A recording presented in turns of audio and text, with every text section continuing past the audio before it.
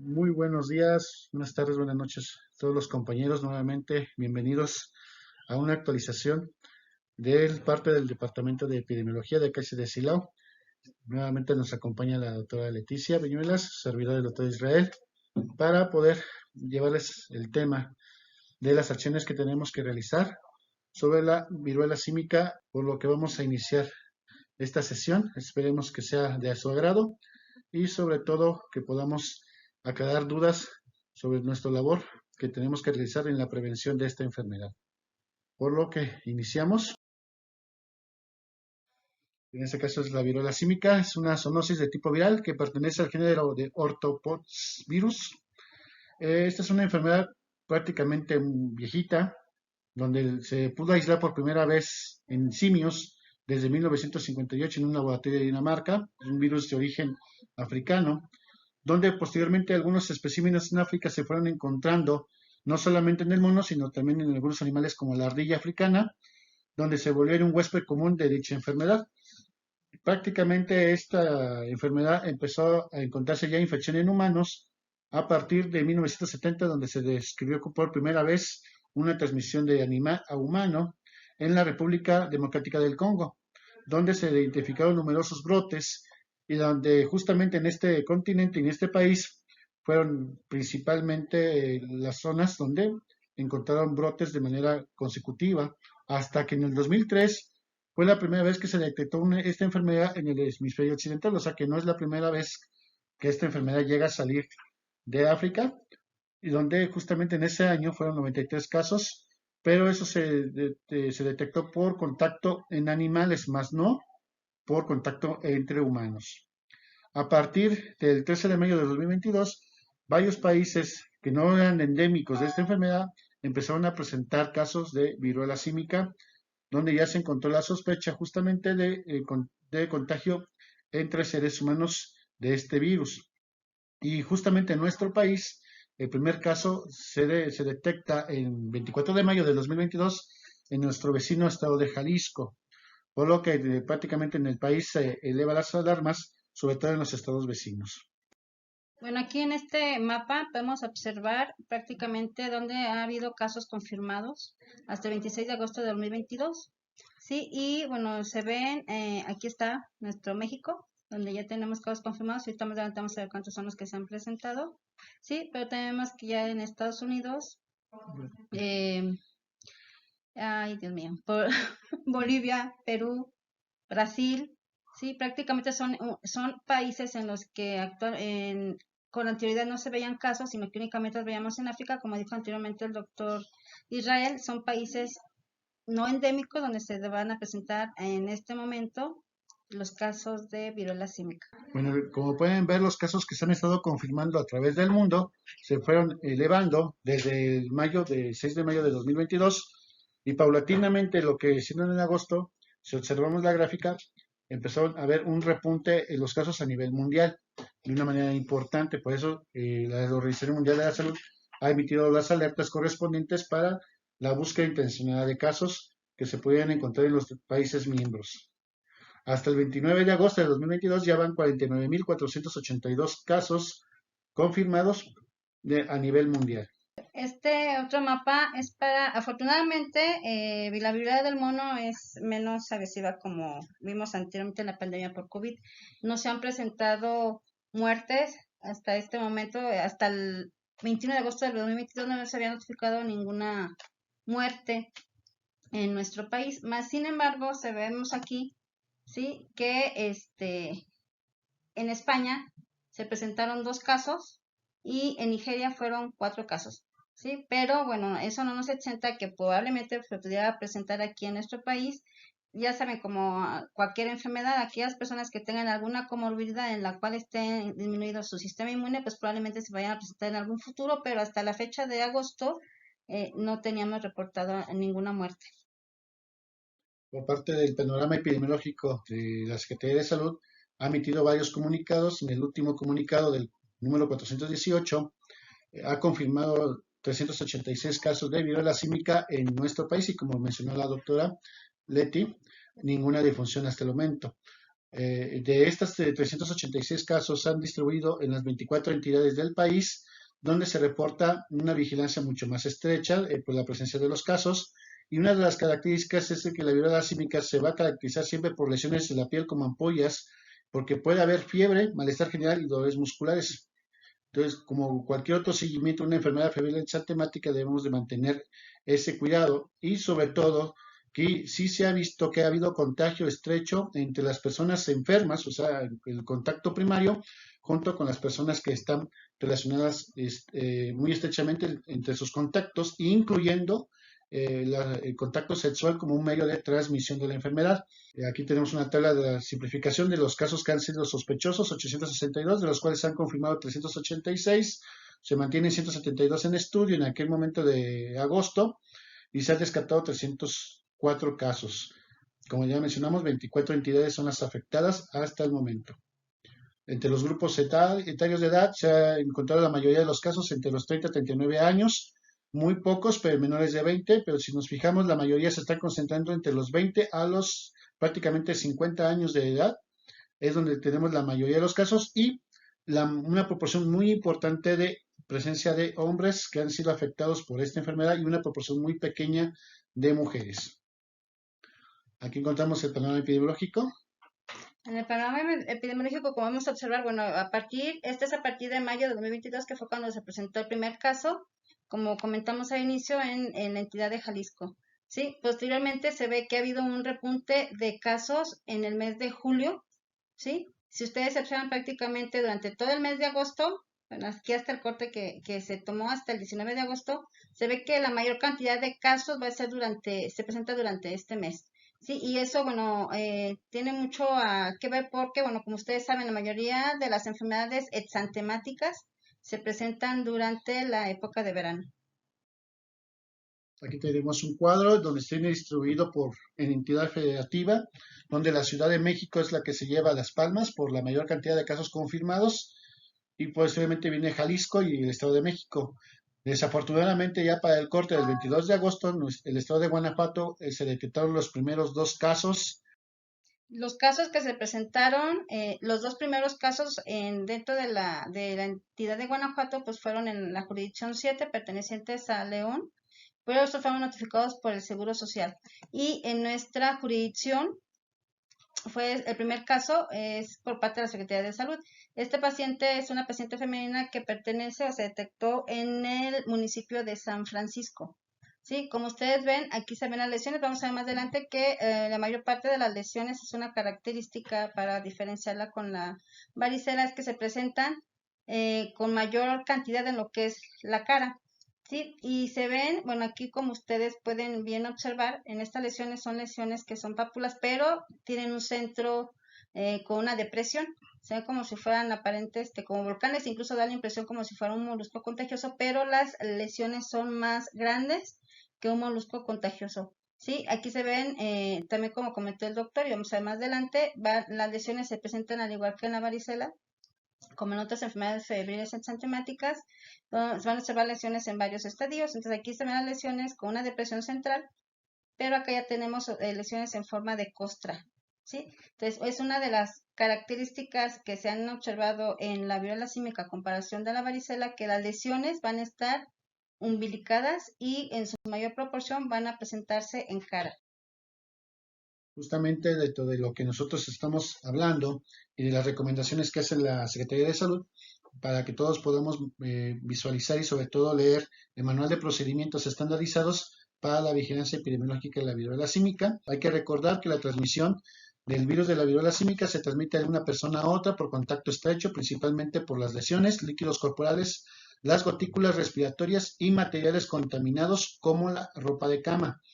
Esto hablamos de una contaminación y sobre todo una transmisión de manera habitual, pero no descartemos la transmisión vía sexual, como ya se manejó al principio, que sí nos puede dar una característica de sospecha en ciertos pacientes que tenemos esta vía de transmisión. Dentro del cuadro clínico, bueno, tenemos como toda enfermedad va a tener un periodo de incubación de hasta 3 semanas, es de 5 a 21 días, ¿sí? Y bueno, va a tener varias fases. Dentro de esta, pues primero sería periodo prodrómico, que es durante los primeros 5 días, ¿qué vamos a encontrar? Lo que es fiebre, y generalmente la fiebre sí es arriba de 38 grados centígrados, acompañado de cefalea intensa, linfadenopatía, principalmente a nivel retroauricular y submandibular, así como también se puede encontrar a nivel occipital, incluso a nivel axilar. Entonces, esa es una de las características y diferencias para realizar principalmente con la varicela. Así también podemos encontrar lo que es lumbalgia, mialgias y astenia. Sí, como ustedes ven, pues los síntomas son muy inespecíficos, a excepción que es la linfadenopatía, pero pues esta la podemos encontrar, por ejemplo, en la varicela, incluso también si quitamos la linfadenopatía hasta puede hacerse o confundirse con lo que es COVID y cualquier enfermedad fluida exantemática, ¿sí? Después, entre el día 1 y el día 3 posterior a la fiebre, vamos a encontrar lo que es el exantema. Dentro de las fases del exantema, ¿sí? Son, como ustedes pueden apreciar aquí, va a pasar de un estadio a otro, de pápula, primero mácula, pápula, vesícula, pústula y costra. ¿Qué nos recuerda esto? Pues que estos estadios se observan también en la varicela, que es la enfermedad con la que se debe de establecer lo más frecuentemente hacer lo que es el diagnóstico diferencial. ¿Sí? Entonces, la manifestación en forma de erupción cutánea presenta la siguiente evolución, se presenta con posterioridad 1 a 10 días después del inicio de la fiebre. Sí, entonces 1 a 2 días después del inicio de la fiebre va a presentarse lo que es la mácula, pero no quiere decir que los primeros días mácula va a desaparecer y luego los siguientes 2 días pápula, sino que podemos observar en diferentes estadios, aunque también a diferencia de la varicela va a presentarse, por ejemplo, en cierta región, un cierto estadio, por ejemplo, en el tronco puede estar únicamente pápulas y en otros lugares aparecen otros estadios. Eso es lo que nos hace el diagnóstico o nos ayuda a hacer el diagnóstico diferencial con la varicela. Efectivamente, y justamente entre los diagnósticos diferenciales y las recomendaciones que hace la Secretaría de Salud son en tres enfermedades principalmente: la viruela símica, la varicela y el sarampión. ¿Qué características principales vamos a encontrar? La fiebre, recordar que en el caso de la viruela símica son de 1 a 3 días antes de que aparezca la erupción, a diferencia de la varicela que pueden ser 1 a 2 días, y del sarampión puede ser de 3 a 5 días antes de que aparezca la erupción. Entonces, aquí ya encontramos una pequeña diferencia donde podemos hacer diagnóstico diferencial, pero una de las características importantes es la aparición de las lesiones cutáneas. En el caso de la viruela símica, la erupción que se presenta es en la misma etapa, en un sitio determinado, como ya les mencionó la doctora Leti, y la erupción, en el caso de la varicela, son en varias etapas. Y también justamente la misma característica en el sarampión, va de un inicio a un final. En el cambio de la viruela símica, si no hay un patrón bien determinado. En el desarrollo de las lesiones cutáneas, por lo general en la viruela símica van apareciendo de manera lenta. En el cambio, si vemos la varicela y el sarampión, una vez que inicia la presencia de las lesiones de la piel, estas aparecen de manera rápida a nivel corporal. Sobre todo hay que tomar en cuenta, como ya les mencionó la doctora, la extensión de las lesiones cutáneas son de mucho más marcadas, mucho más grandes, y sobre todo si nos tomamos en cuenta la viruela símica, como lo mencionó la doctora, es más en cara y se puede presentar en las palmas de las manos y en las plantas de los pies. Esa es una característica diferencial con la varicela, porque normalmente en la varicela se respeta tanto palmas como plantas. Ahí también justamente en el caso del sarampión, sí puede llegar a aparecer, pero en menor medida, la cantidad de lesiones que en el caso de la viruela símica sí son mucho más frecuentes. Y una de las características más importantes, como se mencionaba hace unas diapositivas anteriores, es la linfadenopatía. En el caso de la viruela sí está presente, en el caso de la varicela ausente, y en el caso del sarampión puede ser de manera ocasional. Aquí justamente, si llegan a presentarse lesiones cutáneas sospechosas de viruela símica, y estas son en las regiones genitales o en la región perianal, aquí es donde justamente podemos sospechar que la vía de transmisión fue por contacto sexual. Toda en epidemiología, ustedes saben que pues nos basamos en lo que son las definiciones operacionales para hacer un poco más fácil de hacer el diagnóstico. Entonces, tenemos como caso probable de viruela símica, personas de cualquier edad que presente una o múltiples erupciones cutáneas o de mucosas, como ya se señaló anteriormente, acompañado de uno o más de los siguientes síntomas como son fiebre de inicio agudo, que este es generalmente es arriba de 38 grados, o 38 a 38.5 grados centígrados, cefalea intensa, las linfadeноpatías que ya comentamos hace un momento, así como lumbalgia, mialgias, artralgias y astenia, y que no cuente con un diagnóstico clínico que explique el cuadro actual. O sea, ¿qué quiere decir esto? Que bueno, hay que diferenciarla de cualquier otra enfermedad exantemática, porque acuérdense que exantema más fiebre es una enfermedad exantemática. Entonces, dentro de las enfermedades exantemáticas, como ya no mencionó el doctor Israel hace un momento, principalmente pues, lo que es sarampión y la varicela. De las definiciones operativas, tenemos que tomar en cuenta que para que nosotros tomemos un caso confirmado, como ya lo mencioné la doctora, cualquier caso probable y que nosotros tomemos muestra, y sobre todo que se tome muestra de PCR, tiene que ser esta positiva y que esta prueba de PCR se haya identificado de manera en tiempo real y o por identificación mediante secuenciación bueno, en este caso genética, pero que sea un estudio validado por el INDRE. En este caso, solamente la Secretaría de Salud, a través del INDRE, es el que confirma cada caso a través del laboratorio. Caso descartado, igualmente, si le tomamos la muestra y esta muestra se va al INDRE y esta sale completamente negativa, pues descartamos el caso. Muy importante también la vigilancia con los contactos, es lo que tenemos que tener más al pendiente, puesto que como definición de contacto es toda aquella persona que haya tenido contacto justamente con una persona que haya sido positiva, en este caso a viruela símica, y que tenga presente uno de los más siguientes síntomas en un lapso de 21 días, que presente lesiones en la piel, incluido contacto sexual o que haya tenido contacto sexual con la persona enferma, que haya inhalado gotas respiratorias a través de personas infectadas, contacto con material justamente del manejo de todo lo que es la ropa de cama, fomites, materiales contaminados o cualquier elemento utilizado que hayan estado en contacto con lesiones cutáneas, incluso con la propia mucosa de los pacientes enfermos. Como cualquier otra enfermedad que se considera, hay que tomar en cuenta que la viruela símica también es altamente contagiosa y que se recomienda siempre el uso de equipo de protección personal de manera adecuada, tanto para las personas que están en contacto con el paciente enfermo como también el personal de salud que vaya a estar en contacto. ¿Qué vamos a hacer cuando nosotros tenemos un caso sospechoso de viruela símica? Bueno, como primer punto, vemos al paciente en la consulta y estamos sospechando, ya hicimos el diagnóstico diferencial y no engloba o no cae dentro de estos diagnósticos y pensamos que es viruela símica, pues como cualquier otra enfermedad de notificación por parte de epidemiología, se tiene que realizar, ¿sí?, el llenado del estudio epidemiológico de caso y avisarnos de manera inmediata. Para estos casos de viruela símica se tienen nosotros tenemos que pasar la información, notificar a jurisdicción. ¿Por qué? Porque a nivel nacional debe de estar ahí antes de las 24 horas.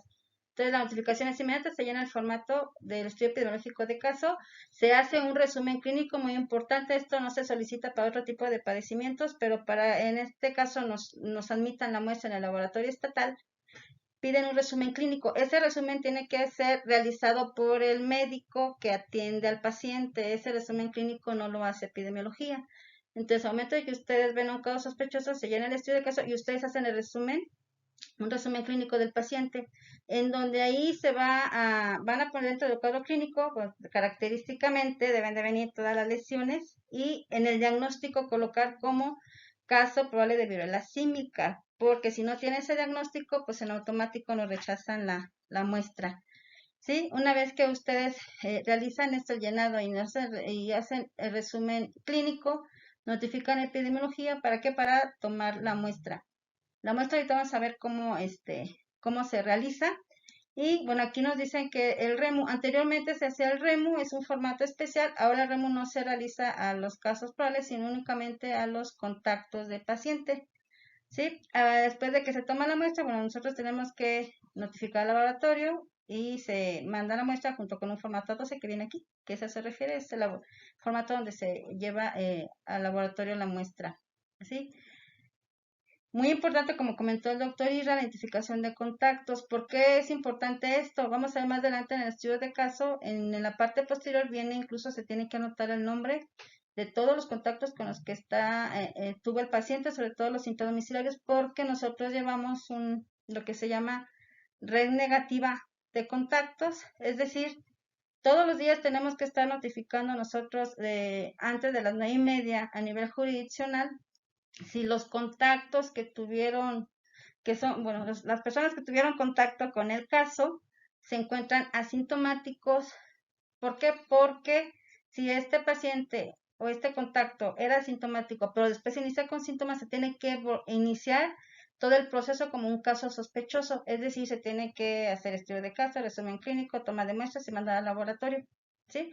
Entonces, por eso es muy importante identificar los contactos. Este seguimiento que nosotros le decíamos ahorita hace un momento es que es antes de las 9:30 todos los días, es durante 21 días, pero si nosotros tenemos un resultado negativo antes de los 21 días, pues hasta ahí se corta la red negativa. Pero mientras el paciente no se negativice o no salga negativo sus resultados, todos los días se tiene que estar hablando por teléfono para estar notificando a nivel jurisdiccional si los contactos se encuentran asintomáticos o no. Así es. Entonces, en el caso de que un contacto se encuentre con signos o síntomas sospechosos a viruela símica, en estos casos se les va a tomar un exudado faríngeo.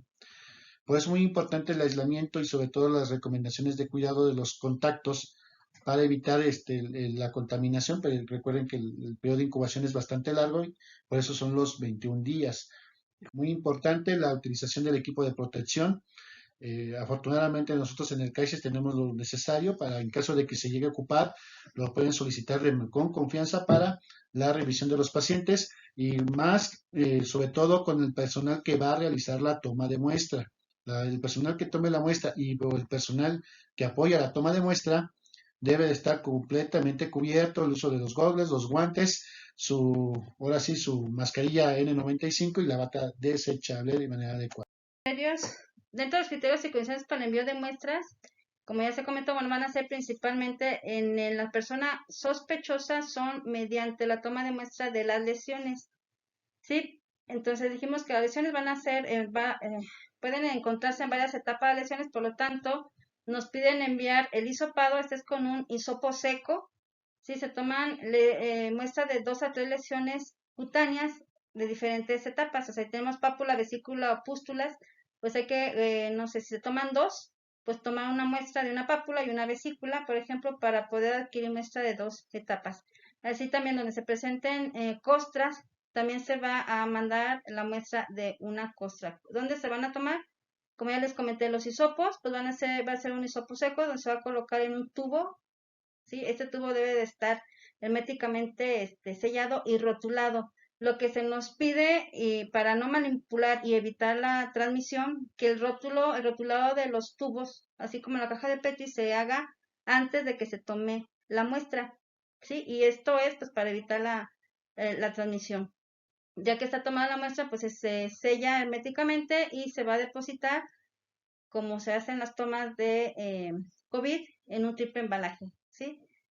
También en la caja de Petri, aquí es donde lo que se van a colocar son las costras. Para eso se va a utilizar lo que es una hoja de bisturí. Igual antes de tomar la muestra hay que rotular con el nombre del paciente, la fecha y muy importante, tanto en el tubo como en la caja de Petri debe de estar anotado de dónde se encuentra la lesión. Por ejemplo, si la lesión fue del antebrazo, si la lesión fue de la mano o si la lesión o la costra fue del tronco posterior. Eso es lo que se coloca en el etiquetado, ¿sí? Para utilizar o quitar una costra, como ya les comenté, es mediante un raspado con hoja de bisturí, y en la caja de Petri se va a colocar tanto la lesión o la muestra que se tome como la hoja de bisturí que se utilizó. Como cualquier otra muestra, pues debe de estar o refrigerarse en una red de frío. Esto debe de estar de 4 a 8 grados centígrados, como todos sabemos. Sí, debe de colocarse una vez ya que están tomadas dentro de lo que se hace el triple embalaje. Deben de estar colocadas en el contenedor, ¿sí? Ahí se colocan herméticamente sellado con sus refrigerantes, cerrarse y al igual que el COVID debe estar totalmente sellado. Para eso utilizamos, pues lo que utilizan ustedes, lo que es la cinta adhesiva, pero para poderla diferenciar de las muestras de COVID, porque el embalaje, el triple embalaje es igual, se coloca una leyenda donde dice que esa muestra es de viruela símica y una vez sellado, ya no se debe de abrir. Aquí viene un ejemplo de cómo se tiene que preparar las muestras dentro de los contenedores de embalajes. Nuevamente, sobre todo lo que sí tenemos que tomar en cuenta es que tiene que estar bien identificada y diferenciada las muestras que son de COVID. Sobre todo, muy importante el etiquetado de cada una de las muestras que se tenga. Aquí les pasamos imagen del estudio de caso de viruela símica, que cada uno de nosotros ya debemos de conocerlo, incluso el mismo manual lo establece, que es el formato oficial que tenemos ahorita actualizado. También vienen dos hojas, tanto enfrente como en la parte posterior. Las cosas importantes, sobre todo, que tenemos que tomar en cuenta son los datos del paciente. No se nos debe de olvidar el nombre completo, la fecha de nacimiento, sobre todo el lugar de residencia. Es muy importante todos los datos de residencia del paciente, de cómo podemos localizarlo, o la ocupación que tenga el mismo, si tiene teléfono, muy importante. Incluso si se fijan, hasta la orientación sexual se les pregunta. Cada uno de los datos que pide el estudio de caso en esta situación es muy crucial que no se nos escape ningún dato, porque todos estos datos se capturan en plataforma, los datos de notificación de la unidad que lo hace, los lugares visitados en caso de que sea una persona, sobre todo que haya visitado en zonas endémicas o que haya acudido incluso a municipios que haya habido casos positivos de viruela símica. Es muy importante el tiempo que duró fuera de nuestro municipio, si es que estuvo en contacto en municipios o estados. El tiempo, incluso hasta mascotas o algún otro tipo de animal que la transmisión sea muy importante de identificar si fue de persona a persona o si fue de un animal, pero sobre todo muy importante el cuadro clínico. No se nos puede escapar el cuadro clínico, sobre todo como les mencionó la doctora en el resumen. Lo que ustedes redacten en el resumen tiene que estar plasmado en el estudio de caso, sobre todo la fecha de inicio de los síntomas y sobre todo del inicio del exantema y de la fiebre. Si podemos identificar la cuantificación con qué fiebre inició y los demás signos, que los que ha presentado, y sobre todo el tipo de exantema, dónde empezó, los tipos de lesiones que se encuentran, las comorbilidades muy importantes, no se nos deben de escapar, y los síntomas secundarios, y más si esta persona está embarazada o está en puerperio, no se nos debe de escapar esos datos. Y la distribución del exantema según los criterios que está establecido dentro del estudio de caso. Mencionó la doctora Alete al principio, el estudio de contactos. Justamente en el estudio de caso, lo que no se nos debe de escapar nunca son los datos de cada uno de los contactos, sobre todo intradomiciliarios del paciente. Y si desafortunadamente el paciente viajó, visitó familiares o visitó otras personas, también tenemos que tomar en cuenta que como es un periodo de incubación largo de esta enfermedad, pues con los que haya estado en contacto de manera estrecha o cercana. Y si esta persona trabaja en un centro de trabajo donde hay una conglomeración importante, en el caso del lugar de las observaciones hay que anotar el lugar de trabajo y el tipo de trabajo que desempeña la persona para poder estar al pendiente y estar en alerta de ese centro de trabajo si hubiese otros casos que se pudieran considerar sospechosos. Un flujograma, sí, de hecho se encuentra en el triage. Bueno, también como comentamos hace un momento de resumen clínico, el resumen clínico de hecho nos piden que lleve todos los datos, así como comentó el doctor Israel, que coincida lo que es en el estudio de caso con el resumen clínico.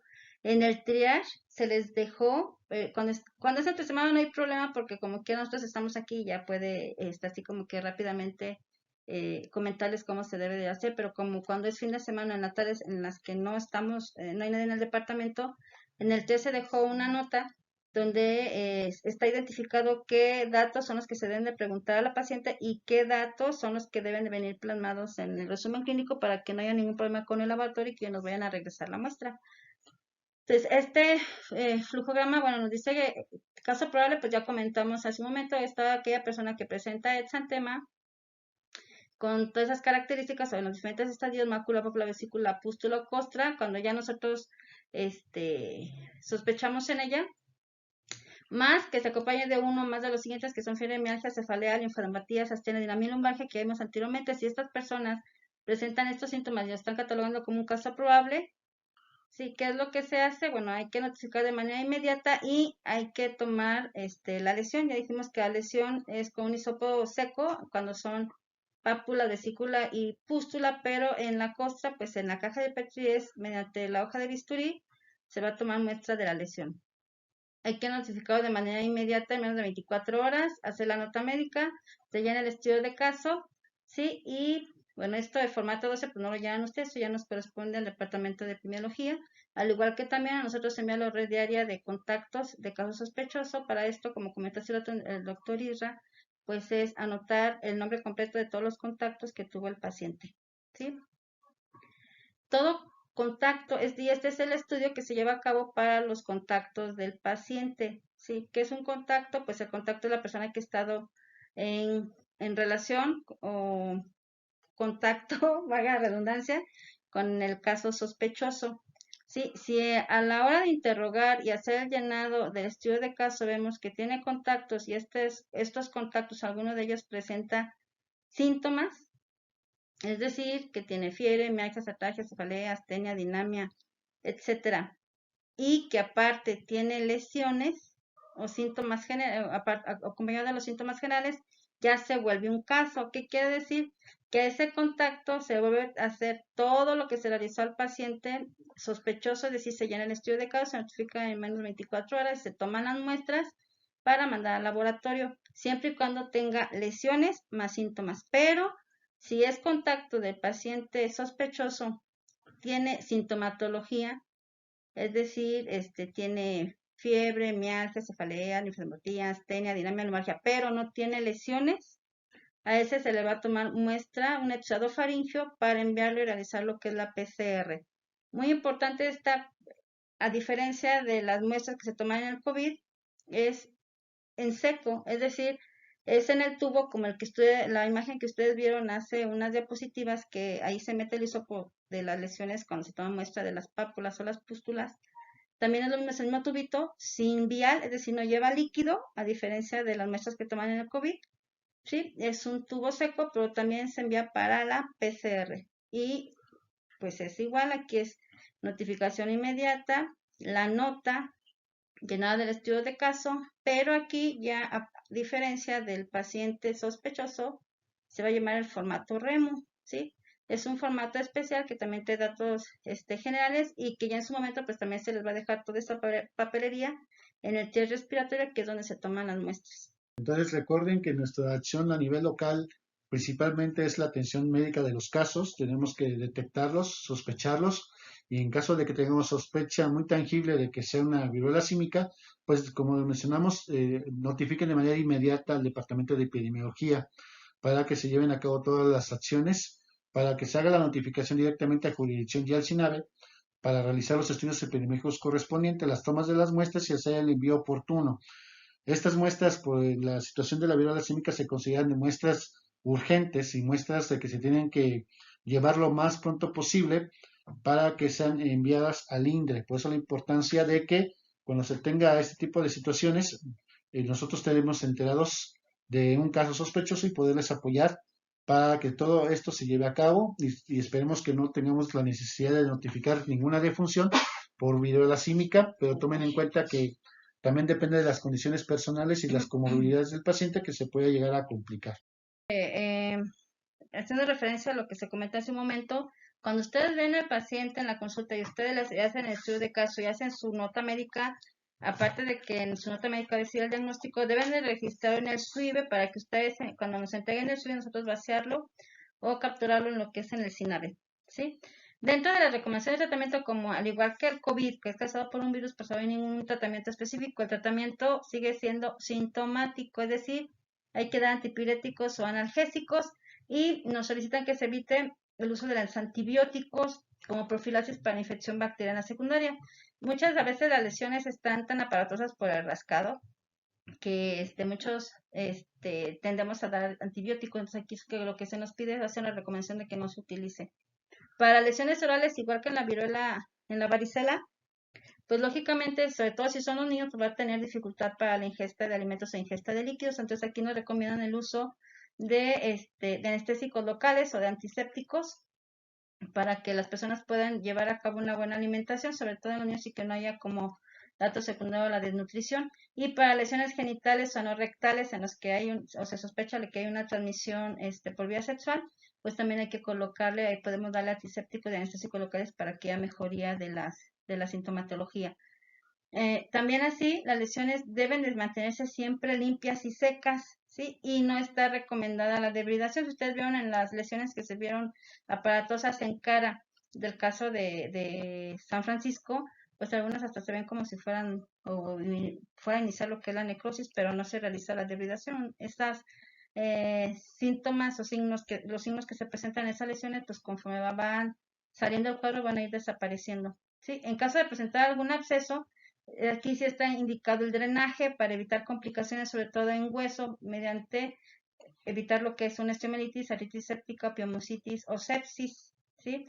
Pero pues lógicamente ya cuando se presenta alguna de estas sintomatologías, pues hay que enviar al paciente a un segundo nivel de atención.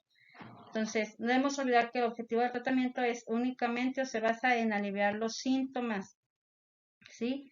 Garantizar el estado nutricional, es decir, sobre todo en niños, en los adultos mayores que no pueden ingerir alimentos porque tienen lesiones orales, pues hay que darle anestésicos para que puedan llevar una nutrición adecuada, ¿sí? Y así como en el COVID, está en las mismas recomendaciones, hay que hidratarlos de manera adecuada, también sobre todo en los niños y en los ancianos, es decir, los grupos de riesgo, para prevenir complicaciones. Y en este caso, al igual que en el COVID también, si se pudiese, pues ofrecer una atención a la salud mental. Claro que esta atención a la salud mental no puede hacer de manera presencial porque el paciente debe de estar aislado hasta que salga su resultado negativo. No así, a lo mejor podemos dar orientación. Hay personas que dan orientación mediante llamada telefónica o pues por internet también pueden dar una orientación mental. Esta enfermedad es altamente contagiosa y por eso la importancia de mantener en cuarentena a los pacientes en sus hogares y darles las recomendaciones. Esperemos que la plática haya sido agradable, sobre todo que hayamos podido aclarar ciertas situaciones de cómo tenemos que manejar a los pacientes y que sabemos que este tipo de enfermedades nuevas van a tener siempre ciertos cambios, indicaciones diferentes conforme vaya avanzando. Esperemos que ahorita no haya cambios sustanciales en los próximos días, pero como siempre el Departamento de Epidemiología les hará saber, sobre todo notificaciones de los comunicados que emita la Dirección General de Epidemiología, para que les pedimos de favor que cuando reciban pues, sus correos dichas notificaciones, pues estemos atentos sobre los cambios o modificaciones al manual o recomendaciones que se haga al personal de salud o a los familiares. De antemano les agradecemos su atención. Muchísimas gracias por su presencia. Y algo más, doctora Leti, que nos quiera compartir. Solamente para comentarles, porque luego sí han preguntado si se han presentado casos aquí en el municipio. En el municipio no se han, hasta el momento no se ha confirmado ningún caso. Se han tomado muestras de 4 pacientes, ya 2 salió su resultado negativo y está pendiente el resultado de 2 más. Pero hasta el momento, aparentemente, y por los tiempos que han pasado, lo más probable es que también los casos que están pendientes de resultados salgan negativos. Nada más sí hay que tomar en cuenta que, pues bueno, hay mucha circulación de personal, sobre todo aquí a San Pancho, que es donde el caso se confirmó, que sí estará al pendiente acerca de la sintomatología. Y si no entra como viruela símica, acuérdense que existe las enfermedades febriles exantemáticas, en las que también tenemos meta y quedamos muy bajos. Entonces, cualquier paciente que vean con exantema más fiebre, hay que estudiarlo. Si no entra como viruela símica, hay que ver si también lo podemos meter como una enfermedad febril exantemática. Eso era todo lo que les quería recordar de mi parte. Y pues como comentó el doctor Israel, agradecerle su atención y esperemos que haya quedado claro lo que les comentamos. Si no, estamos para servirles aquí en el departamento. Cualquier duda que tengan, con gusto los atendemos. Muchas gracias. Al contrario, muchas gracias a todos ustedes por su atención. Que pasen un buen descanso y ya saben, estemos alertas y al pendiente de cualquier cambio de indicaciones. Descansen todos. Gracias. Gracias.